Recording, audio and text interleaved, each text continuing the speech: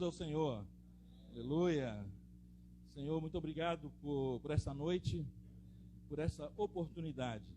Preserva no nosso coração um sentimento de gratidão, Senhor, por poder ouvir a Tua palavra, ter comunhão na Tua palavra.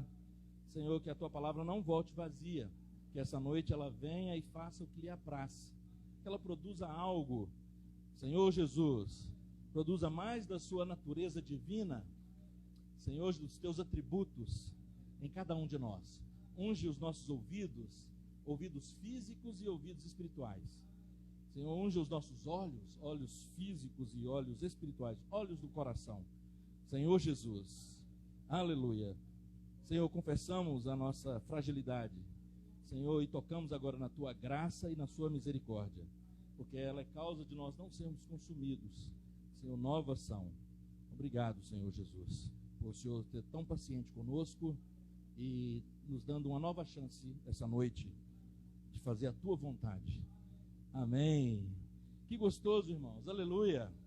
Nós somos aqui um pequenino rebanho, mas de acordo com as Escrituras, mais precisamente Lucas 12:32, não temais, ó pequenino rebanho, porque o vosso Pai celeste aprouve a dar-vos um reino.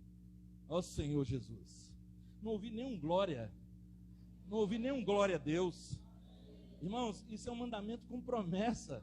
Não temais, ó pequenino rebanho, que o vosso Pai celeste agradou em dar um reino. E ficou todo mundo calado.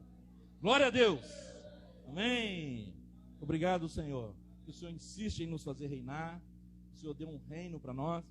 E agora o Senhor está nos preparando por meio da Sua palavra, né, irmãos? Mas que gostoso. Ó Senhor Jesus, gostoso é louvar o Senhor, adorar o Senhor, né?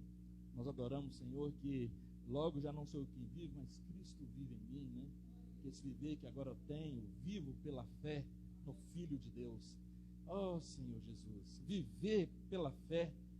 Ele nos amou, irmãos, nos resgatou, e agora nós podemos viver pela fé. Que maravilha! Não precisamos mais viver pelo que vemos ou pelo que sentimos, podemos viver pela fé. Disso que nós vamos falar aqui essa noite, de viver pela fé. E agora que gostoso também nós desfrutamos, adoramos o Senhor com esse hino maravilhoso. Solta o cabo de uma vez, solta o cabo da nau, tome os remos nas mãos e navegue com fé em Jesus. Irmãos, a nau é uma embarcação marítima. O cabo da nau é como é uma corda que você prende no porto para ela não ir distante no mar infinito. Mas a palavra está dizendo o seguinte: solta logo o que te prende. Ó Senhor Jesus. Às vezes o que te prende é uma ideologia, às vezes o que te prende é um pecado, às vezes o que te prende é um sentimento, um rancor, às vezes o que te prende é o seu trabalho, às vezes o que te prende, cada um sabe quais são os cadeados da alma. A palavra essa noite está dizendo o seguinte: solta logo esse cabo, toma os remos na mão. Esses remos são as palavras proféticas.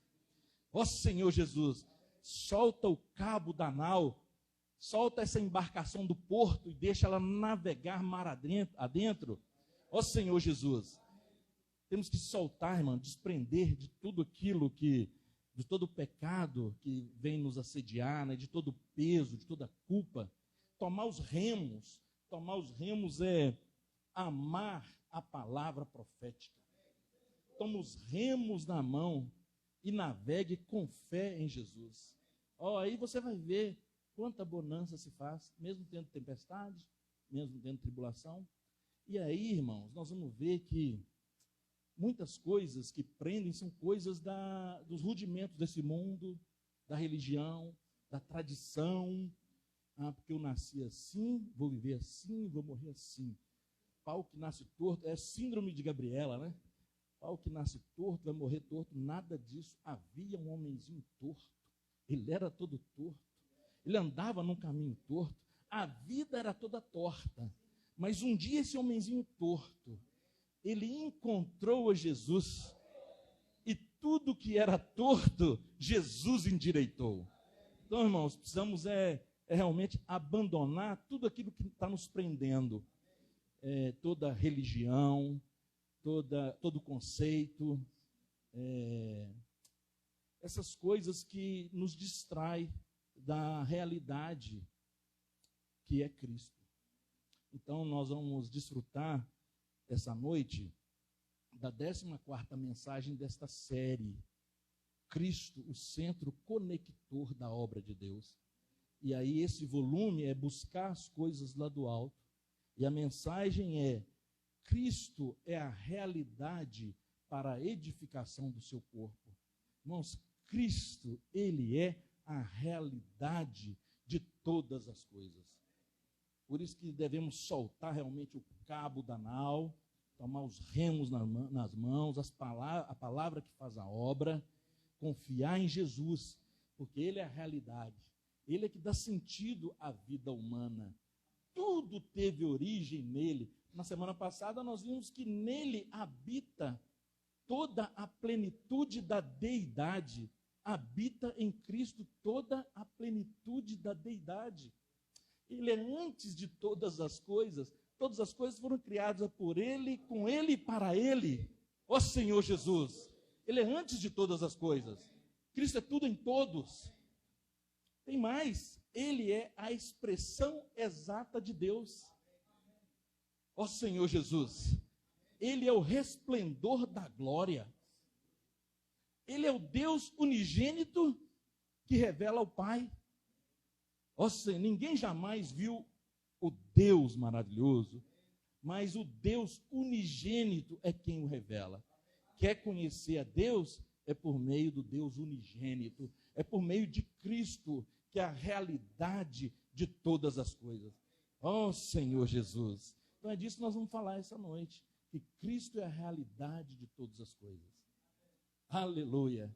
Ele é a realidade no nosso viver, Ele é a realidade na nossa vida.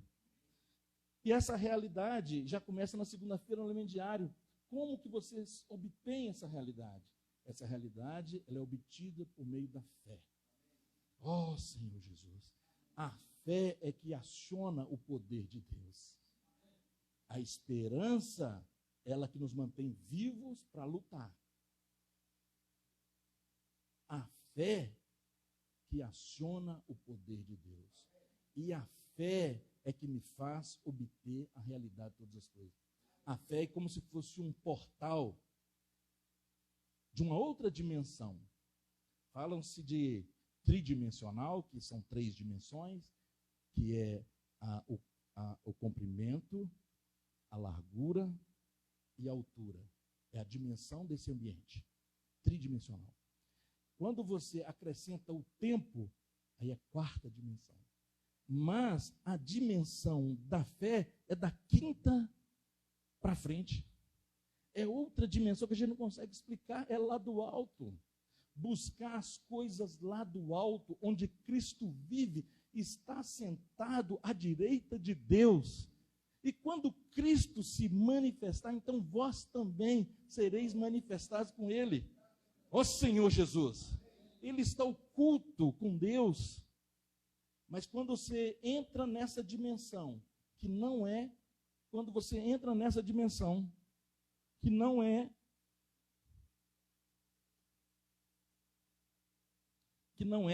desta terra, você tem acesso a tudo que Deus é, a tudo que Deus fez, a tudo que Deus tem. É sobrenatural, é diferente. E como ter acesso a essas coisas? Por meio da fé. Lembra o que diz Hebreus, capítulo 11, versículo 3? A fé é a certeza das coisas que se esperam e a convicção de fatos que não se veem. Ou seja, é a convicção do invisível. Então, irmãos, isso é sobrenatural. Você não está vendo a solução do problema, mas você tem uma convicção de que a bonança já chegou. Você toma posse. Aí é outra dimensão, não se explica racionalmente, não se explica, ó Senhor Jesus, naturalmente, é sobrenatural, irmãos. Muitos de nós já tivemos algumas experiências sobrenaturais, não é? Você olha para a esquerda, não tem saída, à direita tampouco, você olha para frente, para trás, mas quando você olha para o alto, o socorro vem do alto. Isso é por meio da fé. A fé é a certeza das coisas que se esperam. Esperança, ó Senhor Jesus, é algo desejado no futuro. Nós esperamos novos céus e nova terra. Nós esperamos nos encontrar com o Senhor na eternidade. Nós esperamos nos encontrar com o Senhor na parousia, na volta dele. Senhor Jesus, nós esperamos ser transformados. Nós esperamos reinar um dia com o Senhor, não é? Pedro, na sua epístola, fala que nós podemos esperar e apressar a volta do Senhor. Mas não é uma esperança passiva, é uma esperança ativa. Nós podemos esperar fazendo a vontade do Senhor. Então, isso nós esperamos, algo que vai acontecer no futuro. Nós esperamos também ser galardoados. Ele fala que ele nos constituiu reis e sacerdotes, nós reinaremos com ele. Ele vai nos constituir correis em cidades. Então, nós esperamos também reinar com ele, tá certo? Nós esperamos também ser iguais a ele em vida e natureza, não em deidade, não para ser adorado, mas ele quer nos transformar. Pedro não fala na sua epístola que Deus ele tem doado as suas muito e grandiosas promessas para que por meio delas nos tornemos coparticipantes da sua natureza divina, ou seja, iguais a ele. Então isso nós esperamos no futuro, e essa esperança que nos mantém vivo para lutar. Mas a fé não é esperança, a fé é certeza do que se espera, entendeu? A fé é que você já tem essa certeza, a fé te faz tomar posse. Por isso que a fé, em Hebreus 11:3, é a certeza das coisas que se esperam e convicção do invisível. Isso é fé. Fé é a certeza. Fé é a certeza. Em Hebreus 11:3 fala isso, que fé é a certeza das coisas que se esperam. Certeza. Em Hebreus 1:3 diz que Jesus, ele é o resplendor da glória, a expressão exata do seu ser. Aí, a mesma palavra usada no versículo 3 de Hebreus 1 é a mesma palavra usada em Hebreus 11:3.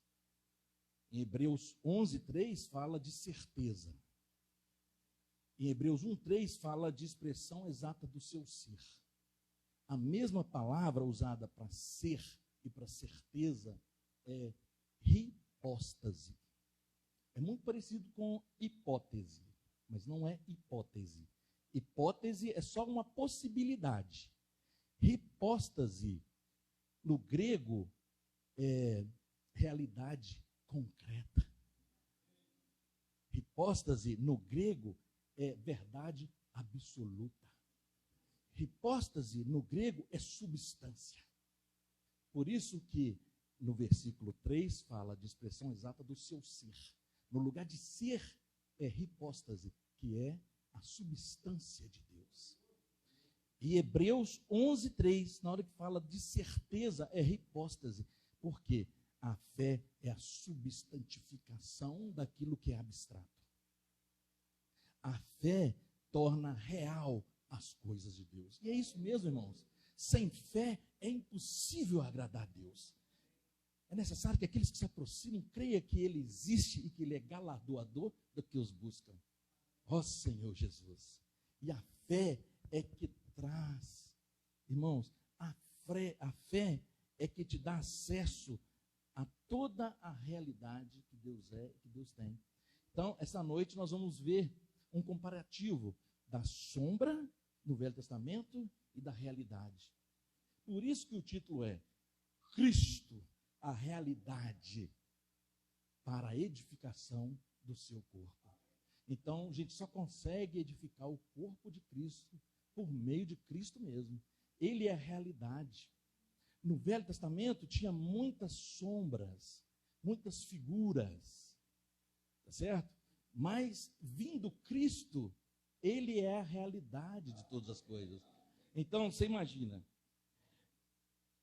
quando você está andando durante o sol do dia, muitas vezes a sua sombra vai na frente. Mas a sua sombra não resolve nada. O que resolve é a realidade, é o seu corpo. O corpo é de Cristo. A sombra, as figuras do passado apontavam para Cristo. Então, era necessário a sombra. A sombra veio. Por exemplo, quando João Batista falou assim, encontrou com Jesus, eis o Cordeiro de Deus que tira os pecados do mundo. No Velho Testamento havia a figura do Cordeiro que era imolado. Mas quando Jesus veio, João Batista falou assim, olha, vocês devem seguir esse Cordeiro. Ele teve uma certa dificuldade para seguir, mas ele diz, agora vocês devem seguir esse Cordeiro. Ou seja, abandonam a sombra e pega a realidade, que é o próprio Cristo. O que eu estou falando, vamos ler Colossenses. Por que eu estou dizendo isso? Porque havia uns falsos profetas na igreja em Colossos, ali na Ásia, que estavam querendo voltar às sombras e figuras do passado, a religião judaica, misturado com os costumes orientais, cultura grega, filosofia grega e cultura orientais. E eles estavam com o objetivo de distrair os irmãos da realidade que é Cristo. Na verdade, eles não queriam a edificação do corpo de Cristo, porque só Cristo edifica o seu corpo. No Evangelho de João, capítulo 1, diz assim, olha, a lei e os profetas foram dados por intermédio de Moisés, mas a graça e a realidade vieram por intermédio de Cristo. Oh, Senhor Jesus. Mas muitos não receberam essa graça e essa realidade. Por quê? Porque eles estavam acostumados com algo concreto. Eles estavam acostumados com ídolos de barro. Eles estavam acostumados de seguir as coisas pelo que eles viam. Eles não estavam acostumados a seguir pela fé. Principalmente depois que o Senhor, ele na sua obra redentora, ele veio, teve o ver humano elevado, sofreu, morreu, tornou-se o Espírito, entrou para dentro de nós, e agora nós temos a presença do Senhor pela fé no Espírito, porque mediante a graça nós fomos salvos, por meio da fé. Então, pela graça sois salvo, mediante a fé. Então, depois que o Senhor Jesus, ele, durante 3 anos e meio, preparou os seus discípulos, e eles deveriam continuar a sua obra, ele mandou o outro, o Consolador, o Espírito Santo. Só que ele disse que ele estaria com eles até a consumação do século, ou seja, eles precisavam acostumar a ter a presença invisível do Senhor, por meio do Espírito. Mas as pessoas estão acostumadas com algo concreto. E ali, no primeiro século, na igreja em Colossos, muitos falsos profetas, querendo trazer essas coisas do passado, para que os irmãos pudessem seguir, uma vez que a realidade é Cristo, e hoje nós temos a presença do Senhor por meio do Espírito Santo. Nós temos a presença do Senhor por meio da palavra profética. Porque no princípio, no Evangelho de João, no capítulo 1, versículo 1, no princípio era o Verbo estava com Deus, e o Verbo era Deus. Ó Senhor Jesus. E esse Verbo se fez carne e habitou no meio de nós, cheio de graça e de verdade, de realidade. E vimos a glória do unigênito do Pai. Então hoje nós temos a presença do Senhor por meio da fé, a presença invisível por meio da sua palavra. Irmãos, isso é real. Quantas vezes você, ao ler a Bíblia, fazer sua oração, mergulhar na palavra, revisar a palavra, ruminar a palavra, orar, ler, você sente a presença do Senhor, os versículos brilham de uma forma diferente. Isso é a presença invisível do Senhor, te conectando com o Espírito Santo de Deus. Ó Senhor Jesus. Mas aí havia uma confusão ali na cidade de Colossos. Vamos abrir, irmãos, Colossenses, capítulo 2, do versículo 16 ao versículo 19.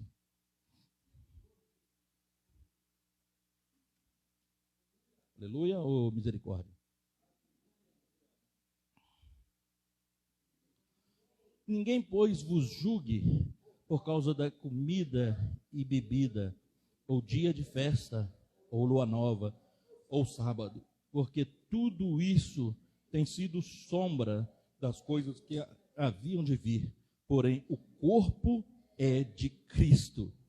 Ninguém se faça árbitro contra vós outros, pretextando humildade e culto dos anjos, baseando-se em visões, enfatuado, sem motivo algum na sua mente carnal, e não retendo a cabeça, do qual todo o corpo suprido e bem vinculado por suas juntas e ligamentos, cresce o crescimento que procede de Deus. Oh, Senhor Jesus. Ninguém se faça, olha, ninguém, pois, vos julgue por causa de comida e bebida, ou de dia de festa, ou de lua nova, ou sábados. Porque tudo isso tem sido, como eu expliquei, sombra das coisas que haviam de vir, porém o corpo é de Cristo. Ou seja, tem uma sombra que é projetada do corpo. Então, a sombra foi no passado, anunciando algo que havia de vir. Mas o corpo chegou. O corpo é de Cristo. Cristo é a realidade de todas as coisas. E aqui, no início do século, tinha muita influência ainda da Grécia, com a sua filosofia. Tinha muita influência dos judeus, com as suas visões, com as suas revelações, com as suas histórias. Eles deviam contar muita história. História de Adão, história de Abraão, de Isaac, de Jacó. Eles estavam presos. A nau deles estava amarrada ali. Eles deviam ouvir esse louvor. Solta o cabo da nau. Não é? Solta esse cordão, né? Essa corda que está te amarrando nos patriarcas. Lembra? A lei e os profetas vieram por intermédio de Moisés. Mas a graça e a realidade por meio de Cristo. Irmãos, eles estavam trocando os profetas, as leis, as histórias. Ao invés de seguirem o Senhor como realidade da vida deles, eles gostavam muito de história. E as histórias são boas, não é ruim não. Ouvir história não é ruim não. E além dessas histórias, tinha também filosofia. Algumas frases de impacto, né? Não é ruim não, irmãos. Tem umas filosofias aí que você fica ouvindo, mexe com a nossa estrutura. Certo? Rudimentos do mundo, coisas até boas. Mas sem Cristo é nada. Sem Cristo é complicado, viu, irmãos? Olha o versículo 8 do capítulo 2. Cuidado, que ninguém vos venha enredar com a sua filosofia e vãs sutilezas, conforme a tradição dos homens, conforme os rudimentos do mundo, e não segundo Cristo. Aí que está o problema. Tem coisa boa na filosofia? Tem. Tem coisa boa nos rudimentos do mundo? Tem. Né?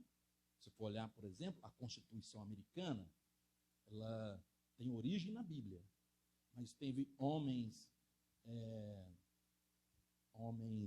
éticos que montaram uma boa Constituição. Tem coisa boa nas escolas? Tem. Mas cuidado, porque da mesma árvore que saiu coisa boa, que saiu coisa má, saiu também coisa boa. A árvore da desobediência, do conhecimento, não era só o conhecimento do mal, era o conhecimento também do bem. Então não pule de galho, troque de árvore. No jardim, o homem era para comer da árvore da vida. A laranjeira da laranja, a macieira da maçã, tá certo? O limoeiro da limão. A árvore da vida, a videira, não é uva que dá ali, é vida. Então, nós precisamos ancorar mediante a fé na videira verdadeira. O Senhor disse, eu sou o caminho, a verdade é a vida. Ele diz também, o meu pai é o agricultor, eu sou a videira verdadeira. Então tem videira falsa.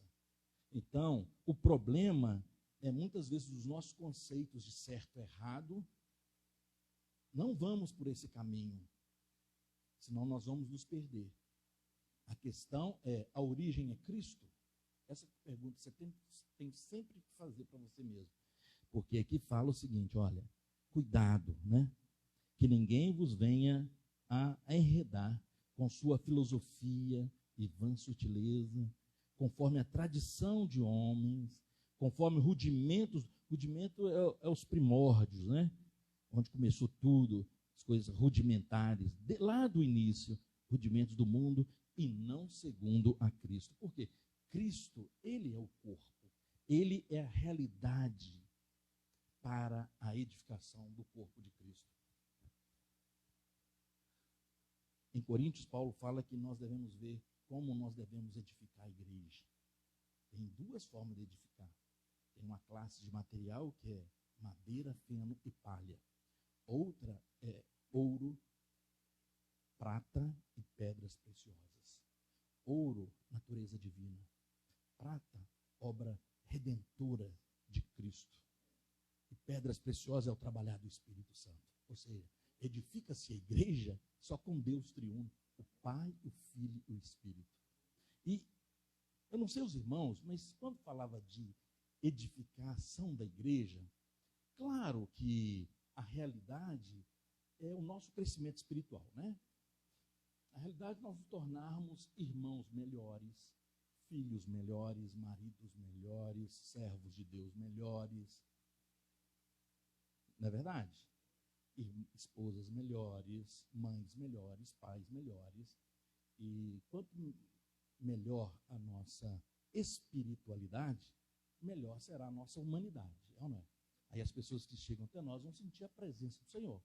Então, quando se fala de edificação da igreja, é nesse aspecto. É a nossa transformação. Mas eu lembrava também de um edifício, porque quando lá em João fala que a casa do Pai há várias moradas, eu lembrava de um edifício. Porque Paulo fala que nós somos lavoura de Deus, edifício de Deus sois vós. Então, quando você fala de uma morada, quando é uma casa, é uma morada única. Mas quando você fala de edifício, tem muitas moradas. Eu imaginava, assim, um edifício com as muitas moradas. Ou seja, um edifício são as muitas moradas do Pai. E cada um de nós é um apartamento. Cada um de nós é um apartamento num edifício. Por quê? Vós sois templo do Espírito Santo. O Espírito Santo de Deus habita em vós. Então eu lembrava desse edifício. Essa figura sempre teve na minha cabeça. Mas a palavra profética também acrescentou algo esses dias. Nós temos falado muito da urdidura e da trama. A urdidura são aqueles fios e a trama para você fazer um tecido de boa qualidade. Quanto mais fino, menos espaço. E aí vai a quantidade. Quanto mais fio, num espaço limitado. Por isso que eles falam 300 fios, 500 fios, 1000 fios por polegada. Polegada é o seu polegar. Não é exatamente o seu, mas era o polegar do rei. O polegar do rei media 2,5 centímetros, que é 25,4 milímetros. Então, 2,5 centímetros era o polegar do rei. Então, quando você fala 1000 fios por polegada, seria 1000 fios nesse espaço aqui. Por isso que o tecido ele é de boa qualidade. Quanto mais fios por polegada, mais resistente e menos brecha. A ponto de você colocar na luz do sol assim, ó, você não vê nada. Ele funciona como um espelho, ele reflete. E aí nós lembramos de Apocalipse 19, que o Senhor fala que nós somos a noiva dele. Ó Senhor Jesus, que a nossa vestidura, ela está sendo preparada como um linho finíssimo. E as vestiduras são os atos de justiça dos santos. E a vestidura para a noiva, que vai guerrear e se casar com o Senhor. Então, irmãos, não é 300 fios, não é 500 fios, não é 1000 fios, é muito melhor. Não é um tecido egípcio e nem um tecido peruano, que Nilton já está vendendo lá na loja dele, umas camisas peruanas e tal. Mas é esse tecido de amor, é esse linho finíssimo.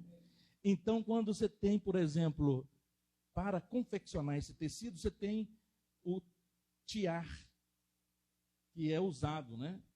E esse tiar, que na verdade é T-E-A-R, algumas pessoas falam tear e outros falam tiar, né? E ele tem uma lançadeira, e a lançadeira é a agulha, que vai entrelaçando ali os fios da urdidura, que são os fios verticais, e os fios da trama, que são os horizontais. A urdidura é a sua comunhão com Deus. Quão forte é a urdidura do seu tecido pessoal? Não existe tecido forte sem comunhão na presença de Deus. Gaste tempo na presença de Deus, em oração, em comunhão, em intimidade. E aí ele vai revelar os segredos do coração. Porque a intimidade do Senhor é para aqueles que o temem. A isso o Senhor faz revelar os segredos do coração.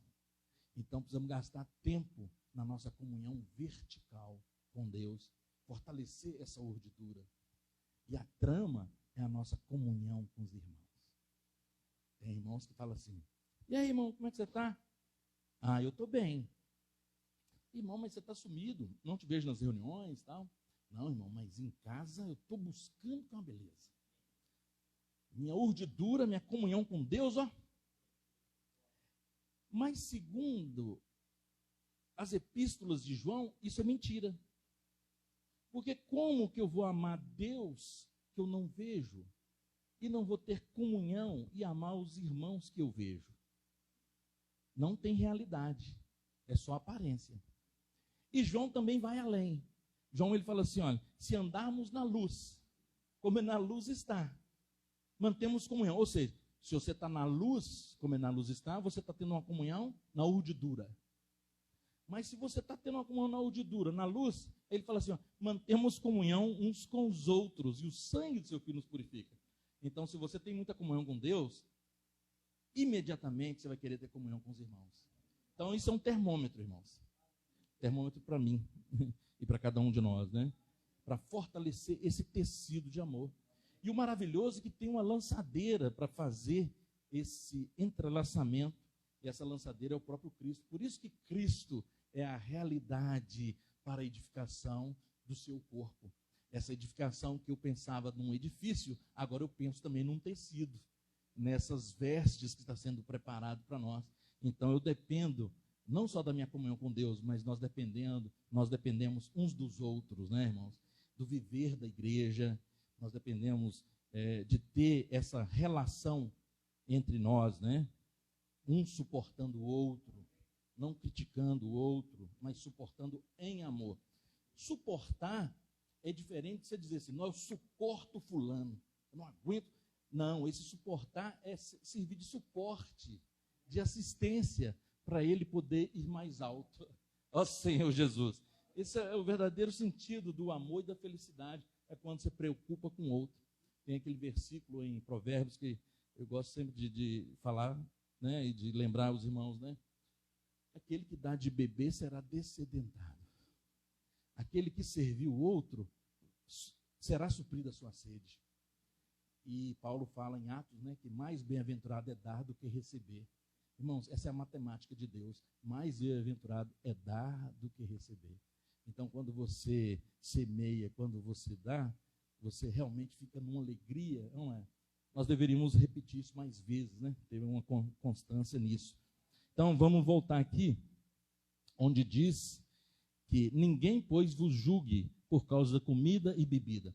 Eu não vou ler para os irmãos, mas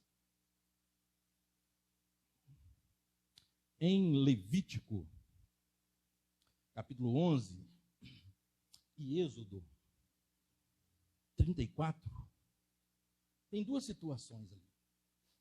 Êxodo é o segundo livro da Bíblia. O que significa a palavra Êxodo? Saída. Saída do Egito para a terra prometida. Mas durante 40 anos ficaram no deserto. Então, a história é contada em Êxodo, Levítico, Números e Deuteronômio. Tá certo? Aí em Josué, que eles entram para a boa terra, né? Então, em Êxodo, irmãos, no capítulo 34, aconteceu algo terrível. A realidade é Cristo. A figura está no Velho Testamento. Vocês acreditam que quando Moisés subiu no Sinai, Monte Sinai, onde ele foi ter comunhão com Deus, ficou lá 40 dias, e ali Deus deu para ele as tábuas da lei, né? E depois não só as leis do Velho Testamento, mas também as ordenanças, como servir a Deus, né? Muitas coisas Deus falou para ele. Quando ele voltou, o povo estava numa rebelião feia. O povo diz o seguinte, falou para Arão, Arão, Moisés ficou agarrado com esse Deus lá. Então nós queremos que você faça aí deuses aí, que vá à nossa frente, que nos tirou. Vê como é que o homem precisa de algo para ele ver, para ele tocar, para ele apalpar. O Velho Testamento era sombra. Mas ali o Senhor já tinha dado uma orientação, por exemplo, para Abraão. Abraão era o pai da fé, não é? Pela fé, Abraão seguiu o Senhor. Mas o povo de Israel, Deus fez tantas coisas para eles, irmãos. Os judeus, né? Abriu o mar vermelho, derramou as pragas para tirar. Eles viram as mãos poderosas do Senhor, né? Ele viu como Deus os tirou do Egito. Você imagina 2 milhões de homens tirando ali crianças e mulheres. Você imagina atravessando um deserto com essa turma? Éder já enrola os cabelos da cabeça quando vai levar essa turma para conferência. E aí tem que parar em alguns lugares, para pegar alguns. Não dá um 100, né? Você imagina 2 milhões no Velho Testamento. Misericórdia, irmãos. Mas Deus, ele diz o seguinte, eu, com as mãos poderosas, como asas de águia, vos tirei. Ou seja, tranquilamente o Senhor tirou eles. E o Senhor falou assim, olha, e se vocês ouvirem a minha voz atentamente, né, e obedecer, vocês serão meu povo de propriedade particular. Ó Senhor, nação santa, povo de propriedade exclusiva de Deus, e eu serei chegado a vocês, vocês chegado a mim. Olha a relação de intimidade. Ó Senhor Jesus. Então, que relação maravilhosa, hein? Mas eles esqueceram disso tudo, irmãos. E o pau quebrou. E Arão pegou, me dá... Engraçado que Arão, tipo assim, eles convenceram ele fácil demais. Na hora que o povo falou, eu acho que ele ficou com medo, né? Aí ele já pediu, arranca os colares, os brincos, arrancou tudo, irmãos. Fizeram ídolos, fizeram um bezerro de ouro, tiraram, e como ele era um artesão, né? Aí Arão, irmão de Moisés. E aí ele foi, fez lá, e fez o ídolo, e eles falaram, não, é esse ídolo mesmo. É esse aí que nos tirou da terra do Egito. Deus, na hora que Moisés desceu, ele quebrou a tábua. Ele se indignou muito. Aí ele se decepcionou com o povo, né? Aí foi no Arão. Aí Arão falou assim, desculpa esfarrapada, né? Não, eu julguei, aí saiu isso aqui. Assim, exatamente. Julguei e saiu isso aí. É como se uma pessoa falasse assim, eu estava na garagem, não é? Eu estava na garagem, aí eu explodi alguns livros, explodi e do nada surgiu o dicionário. É como a pessoa dizer também, né? Eu estava nesse universo, aí houve uma explosão, aí começou a aparecer as coisas. Desculpa a esfarrapada dele, julguei esses adereços aí, né, e tal, essas joias, e saiu esse bezerro. Não, irmãos, ele trabalhou, moldou o negócio e tal, ele ficou com medo, né, da ira de Moisés. Qual era a decisão de Deus? Deus entristeceu tanto, irmãos, mais do que Moisés. Ele queria exterminar essa raça ordinária, que não tinha gratidão, né, por Deus ter tirado eles de lá. Aí, sabe quem interveio? O próprio Moisés. Falou assim, não, o que o povo vai dizer?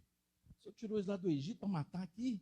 Mata esse povo não. Aí ele intercedeu, aí Deus, ele considerou, tá certo? Deus queria exterminar aquela raça e fazer de Moisés uma nova raça.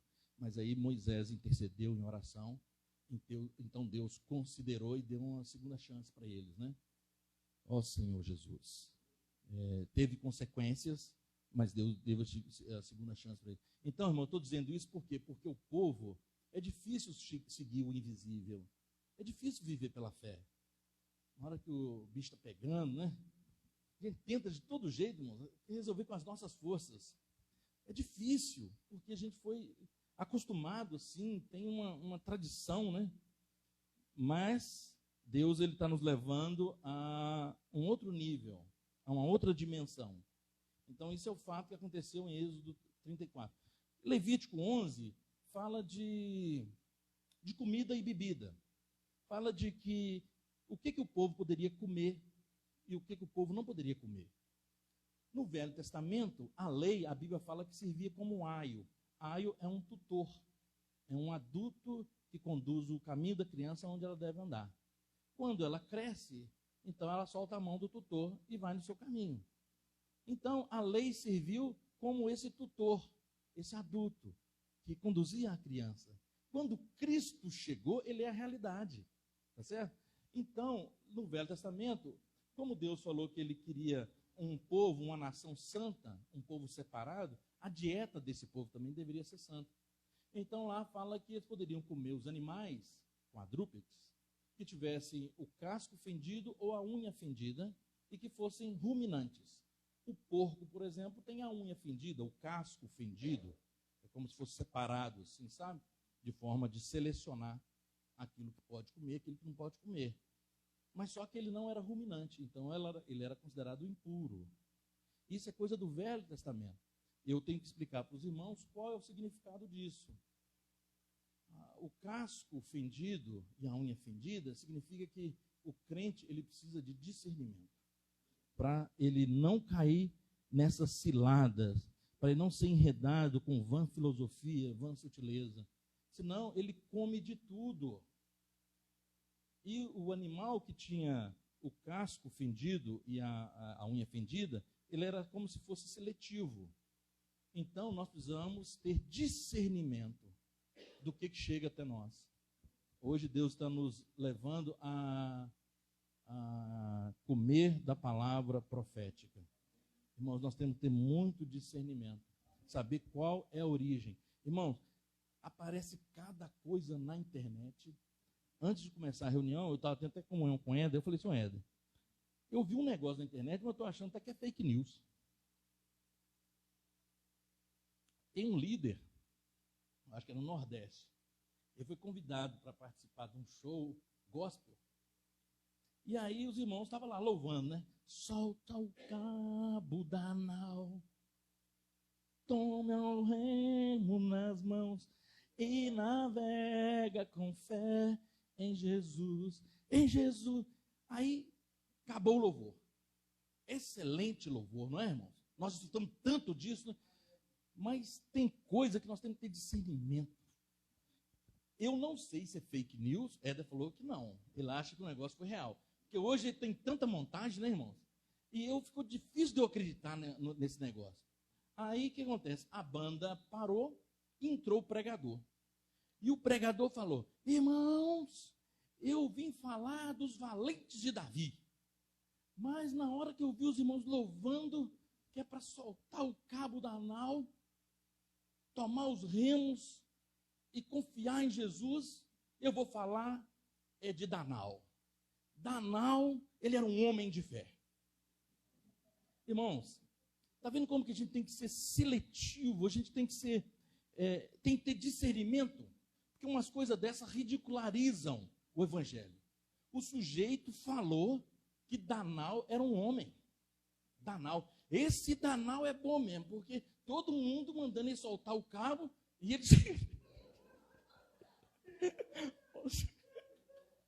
Ô Senhor Jesus. Então, para descontrair um pouco, irmãos, mas eu quero dizer para você, tantas coisas que tem na internet. Mas olha como que chegou. Se o sujeito falou isso mesmo, se for montagem, o negócio estava muito bem feito. Se ele falou isso mesmo, irmãos, não tem discernimento nenhum, não tem revelação nenhuma, e vai denegrir a imagem. Então Deus precisa de homens fiéis, Deus precisa de dispenseiros. Irmãos, Ele tem dado tanto entendimento para nós, Ele tem revelado, ou não é? Paulo orou para que nós tivéssemos entendimento, para compreender os mistérios de Deus, e Ele tem revelado para nós. Cristo é a realidade para a edificação do corpo de Cristo. Irmãos, nós devemos agradecer muito o Senhor, que Ele tem se dispensado abundantemente, como a chuva que cai, Isaías 55, né? Como a chuva que cai dos céus, com o objetivo de fecundar a terra, não é? E de fazer produzir a semente e dar seu fruto, assim a palavra do Senhor não volta para si vazia, ela faz o que lhe apraz. Irmãos, nós precisamos amar a palavra de Cristo, nós precisamos ter amor reverente à palavra, nós precisamos ruminar a palavra, porque Cristo é a palavra, Cristo é a realidade, Cristo é tudo em todos, Cristo é o resplendor da glória, Cristo, nele habita toda a plenitude de Deus, Cristo é antes de todas as coisas, Cristo é tudo em todos, Cristo é a expressão exata do ser de Deus, Cristo é a substância de Deus. Ninguém jamais viu a Deus, mas o Deus unigênito é que revelou. Deus é um mistério, mas quer conhecer a Deus é por meio de Cristo. Cristo também é um mistério, quer conhecer a Cristo é por meio da igreja, é por meio do seu corpo. A igreja também é um mistério, quer conhecer a igreja é por meio do viver de cada um de vocês. É um mistério da piedade, é um mistério da piedade, que é Deus manifestado em cada um de nós. Irmãos, então é um privilégio muito grande que o Senhor está dando para nós, tá certo? Ô Senhor Jesus, amém. Senhor Jesus, aleluia. Vamos prosseguir aqui. Mas antes de prosseguir, eu só quero dar uma lida aqui para os irmãos no Alimento Diário, que diz assim, ó: busquemos alcançar mais de Cristo como realidade em nossa vida. Que Ele se revele a nós como a única realidade para a edificação do seu corpo. Que a nossa mente seja renovada por seu falar e que vejamos que Deus quer tecer Cristo em nós. Assim como a união da urdidura com a trama na tecedura pode gerar um tecido de altíssima qualidade, tenhamos Cristo como nossa urdidura, sendo trançado, entretecido, inserido em cada um de nós a trama, para o cumprimento do propósito de Deus. Ó Senhor Jesus, Senhor Jesus. 2 Coríntios 4, 16 a 18.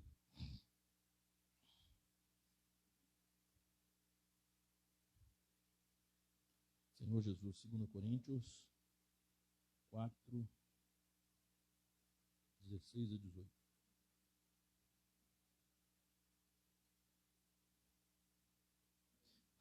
Oh, Senhor Jesus. Amém. Por isso, não desanimamos. Pelo contrário, mesmo que o nosso homem exterior se corrompa, Contudo, o nosso homem interior se renova de dia em dia, porque a nossa leve e momentânea tribulação produz para nós eterno peso de glória, acima de toda comparação, não atentando nós nas coisas que se veem, mas que se não veem, porque as que se veem são temporais, e as que se não veem são eternas. Ó Senhor Jesus, ó Senhor Jesus, são eternas. Senhor Jesus, então nós devemos andar, irmãos. Senhor Jesus. Agora o 5, versículo 7, diz assim, olha, aí perto mesmo, visto que andamos por fé e não pelo que vemos. Então, irmãos, nós não precisamos de nada que é visível. Nós não precisamos de nenhuma história, nenhuma filosofia, nenhum ídolo. Nós não precisamos de nenhuma história pagã. Nós não precisamos dessas coisas. Nós precisamos andar pela fé. Senhor Jesus, andar por meio de Cristo. Senhor Jesus, o Senhor é maravilhoso. Então, como eu já disse para os irmãos, lá em Levítico, tem essa figura da questão do que você pode comer e o que você não pode comer. Aí, porque as pessoas estavam preocupadas com isso. Colossenses fala o seguinte: ninguém, pois, vos julgue por causa da comida ou por causa da bebida, porque eles estavam, falsos mestres, dizendo para eles que eles tinham que voltar na sombra para obedecer o que podia comer e o que não podia comer. Eles estavam sendo julgados por causa de lua nova, por causa de sábado, por causa das festas. No Velho Testamento tinha festas. Deus estabeleceu festas para o povo. Hoje nós cantamos um hino que a vida da igreja é uma festa. Nós podemos fazer festa todos os dias, porque é um viver, não só as nossas reuniões. Reunião é o resultado do seu viver diário. Mas nós podemos ter a experiência que teve de Abacuque. Abacuque, ele estava com muita tribulação, muita provação. Deus permitiu que ele passasse por muita falta das coisas. Mas ele disse: eu, contudo, me exulto e me alegro no Deus da minha salvação. Porque ele faz os meus pés como o da corça, andar altaneiramente sobre um problema. Muitas vezes o problema vai continuar ali, mas Deus quer fazer você passar os problemas. Passar com Ele. Porque Ele diz: a minha graça te basta, o poder se aperfeiçoa na fraqueza. Mas aqui o povo, eles não estavam querendo saber disso. Então, irmãos, eles estavam colocando peso neles, falando assim: olha, não, vocês têm que guardar os dias de festas. Quais eram as festas? O povo de Israel tinha 3 festas anuais, né? A festa da Páscoa, Pentecoste e dos Tabernáculos. E também tinha festas por semana. E festa da Lua Nova, que são mensais. Mas, irmãos, ninguém, pois, vos julgue. Paulo falou assim: olha, não tem nada disso. Vocês não precisam voltar a esses rudimentos e essas práticas. Ninguém pode julgar vocês por essas festas. Cristo é a nossa maior festa, a nossa maior alegria. Então, irmãos, outra coisa que o povo estava fazendo ali em Colossos é querendo que eles voltassem, olha para você ver, falando que os anjos eram superior a Cristo. Olha o que eles dizem aqui. Colossenses 2 diz assim, olha, Senhor Jesus, Colossenses 2, Senhor Jesus.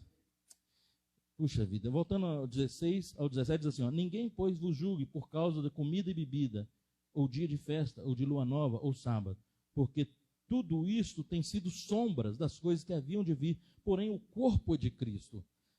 18, ninguém se faça árbitro contra vós, pretextando humildade, e culto dos anjos, baseado em visão, enfatuado, sem motivo algum na sua mente carnal.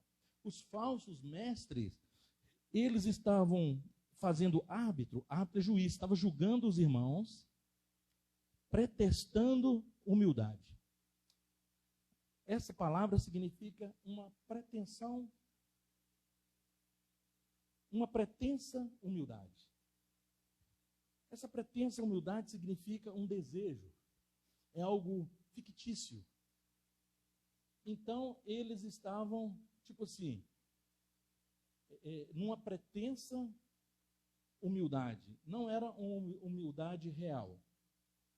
Se dizendo humildes, eles diziam o seguinte: nós devemos cultuar os anjos, porque os anjos são superiores a nós. Não é verdade, irmãos. Quem é o homem para que dele te lembres? Quem é o filho do homem para que o visites? Fizesse um pouco menor do que os anjos, o revestisse de honra e glória. Ou seja, esse, por um lado, é Cristo. Por outro lado, somos nós. Nós, Deus nos tem em alta conta. Ele diz que nós somos superiores aos anjos. Os anjos é para nos servir. Não foi a anjos que ele preparou o mundo que é de vir. Foi para você. Mas alguns falsos profetas diziam o seguinte: numa pretensa humildade, ou seja, numa falsa modéstia. Sabe, quando uma pessoa, você está vendo que a pessoa não é real, mas ela quer pagar de humilde, é uma falsa humildade, uma falsa modéstia. E falsa modéstia, excesso de modéstia, também é vaidade. A pessoa se orgulha de ser modesta. É vaidade. Então, eles dizendo assim: não somos dignos de ir direto a Deus. Nós precisamos dos anjos. Irmãos, essa mentira se alastrou de uma maneira que quantas pessoas hoje, quando a gente prega o evangelho, eles têm até medo de... Fala que a gente não pode ficar invocando, porque é chamar o nome do Senhor em vão. Fala que tem que pedir ajuda para o santo tal, para o santo tal, para o santo tal. Irmãos, Timóteo fala, 1 Timóteo 2,5, né? O único mediador entre Deus e os homens é Cristo. Então não tem que atalhar por meio de anjos, não, vai direto. Jesus Cristo, Ele é o caminho, a verdade e a vida. Ninguém vai ao Pai senão por Ele. Ele, Jesus, Ele é superior às alianças e a anjos. Hebreus 8, 6 e 9, 15 fala isso. Que Ele é o mediador da superior aliança.